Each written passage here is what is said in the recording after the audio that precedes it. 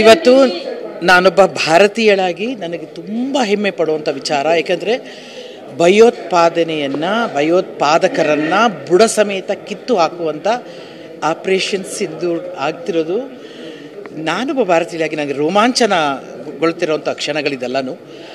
ಏಕೆಂದರೆ ಒಬ್ಬ ಸಮರ್ಥ ನಾಯಕ ಇದ್ದರೆ, ದೇಶಕ್ಕೆ ನಾಯಕನಾಗಿದ್ದರೆ ಅವನು ಯಾವ ರೀತಿ ಉತ್ತರ ಕೊಡಬಲ್ಲ ಅನ್ನೋದನ್ನು ಇವತ್ತು ತೋರಿಸ್ಕೊಟ್ಟ ದಿನ. ಆದ್ದರಿಂದ ನನಗೆ ತುಂಬ ತುಂಬ ಸಂತೋಷ ಅನ್ನಿಸ್ತಿದೆ. ಅದಕ್ಕೆ ಎಲ್ಲರೂ ಕೂಡ, ಇಡೀ ಭಾರತೀಯರು ಪಕ್ಷಾತೀತವಾಗಿ ಎಲ್ಲರೂ ಕೂಡ ಕೈ ಜೋಡಿಸಿ ಅದನ್ನು ಒಗ್ಗಟ್ಟಾಗಿ ನೋಡ್ತಿರೋದಿದೆಯಲ್ಲ, ಅದು ಕೂಡ ನನಗೆ ಒಂದು ರೀತಿಯಾಗಿ ಸಮಾಧಾನ ತಂದುಕೊಟ್ಟಂಥ ವಿಚಾರ. ಈ ರೀತಿಯಾಗಿ ದಿನಗಳು ನಾವು ಮೊದಲೇ ಎಕ್ಸ್ಪೆಕ್ಟ್ ಮಾಡ್ತಾಯಿದ್ವಿ.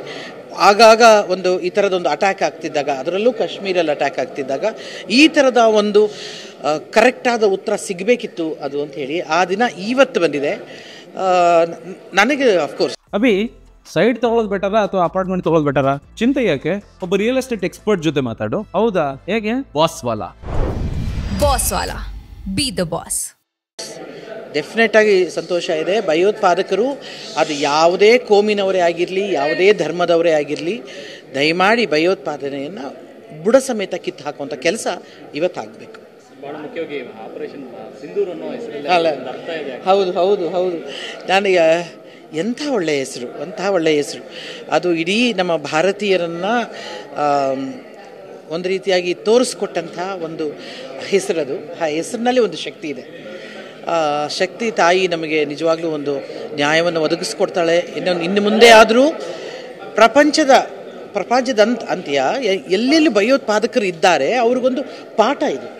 ಈ ರೀತಿಯಾದ ಇದನ್ನು ಈ ರೀತಿಯಾಗಿ ನಾವು ಜಯಿಸಬಲ್ಲೆವು, ಈ ರೀತಿಯಾಗಿ ಭಯೋತ್ಪಾದನೆಯನ್ನು ಮಟ್ಟ ಹಾಕಬಲ್ಲೆವು ಅಂತ ತೋರಿಸ್ಕೊಟ್ಟಂಥ ದಿನ ಇದು. ಆದ್ದರಿಂದ ಡೆಫಿನೆಟಾಗಿ ಒಂದು ರೀತಿಯಾದ ಒಂದು ರೋಮಾಂಚನ ಅಲ್ವಾ? ಎಲ್ಲರಿಗೂ ಅಷ್ಟೇ, ನನಗಲ್ಲ ನಿಮಗೆಲ್ರಿಗೂ ಅಷ್ಟೇ. ಅದೇ ಒಂದು ರೀತಿಯಾಗಿ ಒಂದು ಹೆಮ್ಮೆ ಪಡುವಂಥ ವಿಚಾರ ಅಲ್ವ? ಸಡನ್ ಆಗಿ ಈ ಥರದೊಂದು ಎಷ್ಟಬೇಕಾಗುತ್ತೆ ಅಂತ ನೀವು ಅನ್ಸ್ಕೊಂಡಿದ್ರಾ? ಖಂಡಿತ ಅಂದ್ಕೊಂಡಿದ್ದೆ. ಯಾವಾಗ ನಿರಪರಾಧಿ ಮೇಲೆ, ಯಾವಾಗ ಸಾಮಾನ್ಯರ ಜನರ ಮೇಲೆ ಅಟ್ಯಾಕ್ ಆಗುತ್ತೆ, ಅದು ಯಾವ ಭಾರತೀಯರು ಕೂಡ ಮೆಚ್ಚುವಂಥ ಕೆಲಸ ಅಲ್ಲ ಅದು. ನಾನು ಅದನ್ನೇ ಹೇಳ್ದಿಲ್ಲ, ಇದು ಯಾವುದೇ ಕೋಮಿನ ಮೇಲೆ, ಯಾವುದೇ ಧರ್ಮದ ಮೇಲೆ ಯುದ್ಧ ಅಲ್ಲ. ಇದು ಯುದ್ಧ ಬಂದು ನಮ್ಮ ದೇಶದ ಒಂದು ಘನತೆಯನ್ನು ಕಾಪಾಡಿಕೊಳ್ಳೋದ್ರಲ್ಲಿ, ಮತ್ತು ಆ ಭಯೋತ್ಪಾದಕರ ಮನಸ್ಸನ್ನು, ನಾನು ಈಗಷ್ಟೇ ಹೇಳ್ತಿದ್ದೆ, ಶತ್ರು ನಾಶಕ್ಕಿಂತ ಶತ್ರುತ್ವ ನಾಶ ಆಗಬೇಕು. ಆ ಶತ್ರುತ್ವವನ್ನು ನಾಶ ಮಾಡುವ ಮಟ್ಟಿನಲ್ಲಿ ಈ ಕಾರ್ಯಾಚರಣೆ ನಡೀತಾ ಇದೆ. ಸಾಕತ್ತಾಗಿ ಅನ್ನಿಸ್ತಾ ಇದೆ. ನಾನು ಹೇಳ್ತೀನಿ, ಒಂದು ಗಡಿಯನ್ನು ಕಾಯುತ್ತಿರುವ, ಯುದ್ಧದಲ್ಲಿ ಭಾಗವಹಿಸ್ತಿರುವ ಪ್ರತಿಯೊಬ್ಬ ಯೋಧನಿಗೆ ಕೂಡ ನಾನು ಇಲ್ಲಿಂದಾನೇ ಗ್ರೇಟ್ ಸಲ್ಯೂಟ್. ನಿಜವಾಗ್ಲೂ ಯುದ್ಧದ ಭೀತಿ ಇತ್ತು ಅಂದರೆ, ಈಗ ಪಾಕ್ಗೆ ಚೈನಾ ಏನೋ ಸಪೋರ್ಟ್ ಮಾಡೋದು ಹಾಗೆ ಹೀಗೆ ಅನ್ನೋ ಥರ ಇತ್ತು. ಅವ್ರಿಗೆಲ್ಲ ಒಂದು ಒಳ್ಳೆ ಪಾಠ ಆಗಿರುತ್ತೆ, ಉತ್ತರ ಆಗಿರುತ್ತೆ. ಬಂದರೆ ತಂಟೆಗೆ ಬಂದರೆ ಈ ರೀತಿ ಉತ್ತರ ಸಿಗುತ್ತೆ ನಿಮಗೂ ಅಲ್ಲವೇ? ಎಲ್ಲರಿಗೂ ಇದು ಒಂದೊಂದು ಪಾಠ ಆಗಿರುತ್ತೆ. ಅದು ಪ್ರಪಂಚದ ಅಂತ ನಾನು ಹೇಳಿದ್ನಲ್ಲ, ಎಲ್ಲೆಲ್ಲಿ ಭಯೋತ್ಪಾದಕರು ಇರ್ತಾರೆ, ಎಲ್ಲೆಲ್ಲಿ ಕೆಟ್ಟದಕ್ಕೆ ಸಪೋರ್ಟ್ ಆಗ್ತಾ ಇದೆ, ಯಾರ್ಯಾರು ಕೆಟ್ಟ ಕೆಲಸಗಳನ್ನು ಮಾಡ್ತಿದ್ದಾರೆ, ಯಾರು ದೇಶ ವಿರೋಧಿ ಕೆಲಸ ಮಾಡ್ತಿರ್ತಾರೆ, ಅವ್ರಿಗೆಲ್ರಿಗೂ ಸಿಗುವಂಥ ಪಾಠ ಇದು, ಅವ್ರಿಗೆಲ್ರಿಗೂ ಕಲಿಸಿದಂಥ ಪಾಠ ಇದು. ಅದಾಗಲೇಬೇಕು. ಇಲ್ಲಾಂದ್ರೆ ಗೊತ್ತಾಗಲಿಲ್ಲ ಅಂದರೆ, ನಾವು ಸ್ಟ್ರೈಕ್ ಮಾಡಲಿಲ್ಲ ಅಂದರೆ, ನಾವು ಒಂದು ರೀತಿಯಾಗಿ ಅಫ್ಕೋರ್ಸ್ ನಾವು ಭಾರತೀಯರು ಶಾಂತಿಪ್ರಿಯರು, ಧರ್ಮದಲ್ಲಿ ನಡೆಯುವಂಥವರು, ಅದೆಲ್ಲವೂ ಸತ್ಯ. ಅದ್ರ ಜೊತೆಗೆ ಹೇಗೆ ನಡ್ಕೋಬೇಕು ಅನ್ನೋದು ಕೂಡ ನಮಗೆ ಒಂದು ಪಾಠ ನಾವು ಹೇಳ್ಕೊಡ್ಲಿಲ್ಲ ಅಂದರೆ ಅದು ನಮ್ಮ ಲೋಪ ಆಗೋಗುತ್ತೆ. ಅದರಿಂದ ಡೆಫಿನೆಟಾಗಿ ಎಸ್, ಅವ್ರಿಗೂ ಒಂದು ಗೊತ್ತಾಗ್ತಾ ಇದೆ ಈಗ ಏನು ಅಂತ, ಅಲ್ವಾ?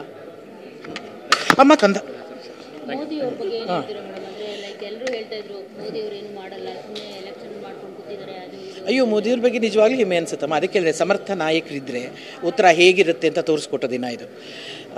ಏನು ಹೇಳೋದು ಮೋದಿಯವ್ರ ಬಗ್ಗೆ ಆಗಲಿ, ನಮ್ಮ ಭಾರತದ ಸರ್ಕಾರದ ಬಗ್ಗೆ ಆಗಲಿ, ಮತ್ತು ಭಾರತದ ಸೈನ್ಯ, ಅದು ಭೂ ಸೈನ್ಯ ಆಗಿರ್ಬೋದು, ವಾಯು ಸೈನ್ಯ ಆಗಿರ್ಬೋದು, ಜಲಸೈನ್ಯ ಆಗಿರ್ಬೋದು, ಅವರೆಲ್ಲರ ಬಗ್ಗೆ ಆಗಲಿ ಅತ್ಯಂತ ಗೌರವ ತಂದುಕೊಟ್ಟ, ಅತ್ಯಂತ ನಾವೆಲ್ಲರೂ ನಿಂತು ಅವರಿಗೆ ಸಲ್ಯೂಟ್ ಮಾಡುವಂಥ, ನಾವು ಇಡೀ ಭಾರತೀಯರು ಐಕ್ಯತೆಯಲ್ಲಿ ಮೆರೆಯುವಂಥ ದಿನ ಇದು. ಅದಕ್ಕೆ ಕಾರಣ ಖಂಡಿತ ಭಾರತ ಸರ್ಕಾರ. ಅದೇನು ಹೇಳೋದು, ನಾನು ಹೆಮ್ಮೆ ಪಡುವಂಥ ವಿಚಾರ ಅಲ್ವಾ? ಜೊತೆಗೆ ಹೆಣ್ಮಕ್ಳು ಸಿಂಧೂರ ಅಳಿಸ್ಬೇಕು ಅಂತ ಮಾಡಿ, ಹೆಣ್ಮಕ್ಳು ಲೈಫ್ನ ಕತ್ತಲ್ ಮಾಡಬೇಕು ಅಂತ. ಎಸ್, ನಾನು ಅದನ್ನೇ ಹೇಳೋಣ ಅಂತಿದ್ದೆ. ಯಾಕೆ ಅದನ್ನು ನಾನು ಮಂಗಳ, ನಾನು ಹೇಳೋದು ಭಾರತ ಅಂದ ತಕ್ಷಣ ಭಾರತ ಮಾತಾ ಅಂತ ಕರೆಯೋದು, ನಾವು ತಾಯಿ ಅಂತ ಕರೆಯೋದು. ಆ ತಾಯಿಯ ಸಿಂಧೂರವನ್ನು ಅಳಿಸಿದಂಥ ದಿನಗಳು ಅವೆಲ್ಲನು. ಆ ತಾಯಿ ಸಿಂಧೂರಕ್ಕೆ ಒಂದು ಉತ್ತರ ಕೊಡುವಂಥ ಕಾಲ ಖಂಡಿತ ನಮಗೆ ಒಬ್ಬ ಹೆಣ್ಣುಮಗಳಾಗಿ ನನಗೆ ಅದಕ್ಕೆ ಹೇಳಿದ್ದು, ನನಗೊಂದು ರೋಮಾಂಚನ ಆಗ್ತಿರುವಂಥ ಘಟನೆ, ಅಥವಾ ನನಗೆ ಒಂದು ಶಕ್ತಿ ಕೊಟ್ಟಂಥ ಘಟನೆ, ಅಥವಾ ನನಗೆ ಯಾರು ನನ್ನ ಅಣ್ಣ, ನನ್ನ ತಂದೆ, ನನ್ನ ತಾಯಿ ನನ್ನನ್ನು ಗಟ್ಟಿಯಾಗಿ ಒಂದು ರೀತಿ ರಕ್ಷಣೆ ಕೊಡ್ತಿರುವ ದಿನ. ಇದಕ್ಕಿಂತ ಹೆಚ್ಚಿನ ಏನೇನು ಬೇಕು? ಅದೇ ಮೇಡಮ್, ಅದೇ ಇವತ್ತು ಏರ್ಫೋರ್ಸ್ ಮೀಟಿಂಗ್ ಆಗುತ್ತಲ್ಲ, ಪ್ರೆಸ್ ಮೀಟು, ಅಲ್ಲೂ ಕೂಡ ಹೆಣ್ಮಕ್ಳನ್ನೇ ಕೂರಿಸಿ ಎಲ್ಲೆಲ್ಲಿ ದಾಳಿ ಮಾಡಿದ್ವಿ, ಹೇಗೆ ದಾಳಿ ಮಾಡಿದ್ವಿ ಅಂತ ಹೆಣ್ಮಕ್ಳು ಕೈಲಿಂದನೇ ಹೇಳ್ತಿರೋದು. ಹೌದಾ? ಅಯ್ಯೋ, ಅದನ್ನು ನೋಡಿ ಅದು ತುಂಬ ಖುಷಿ ಅನಿಸುತ್ತೆ. ನಾನು ಈಗ ಇಮಿಡಿಯೇಟಾಗಿ ನೋಡ್ತೀನಿ ಅದು. ಎಲ್ಲ ಸೈನ್ಯಗಳಲ್ಲೂ ಈಗ ಹೆಣ್ಮಕ್ಳು ಕೂಡ ಇರೋದು, ಅದರಲ್ಲೂ ಅವರು ಸ್ಟ್ರೈಕ್ಗೆಲ್ಲ ಹೋಗ್ತಿರೋದು, ಪೈಲಟ್ ಆಗಿ ಹೋಗ್ತಿರೋದು, ಅವರು ಕೂಡ ನೇರವಾಗಿ ಯುದ್ಧದಲ್ಲಿ ತೊಡಗಿರೋದಿದೆಯಲ್ಲ, ಅದು ಕೂಡ ನನಗೆ ಗರ್ವ ಪಡುವಂಥ ವಿಚಾರ ಅಲ್ವಾ. ನಾವೆಲ್ಲ ಹೆಣ್ಮಕ್ಳಾಗಿ ನಿಜವಾಗ್ಲೂ ಗರ್ವ ಪಡುವಂಥ ವಿಚಾರ.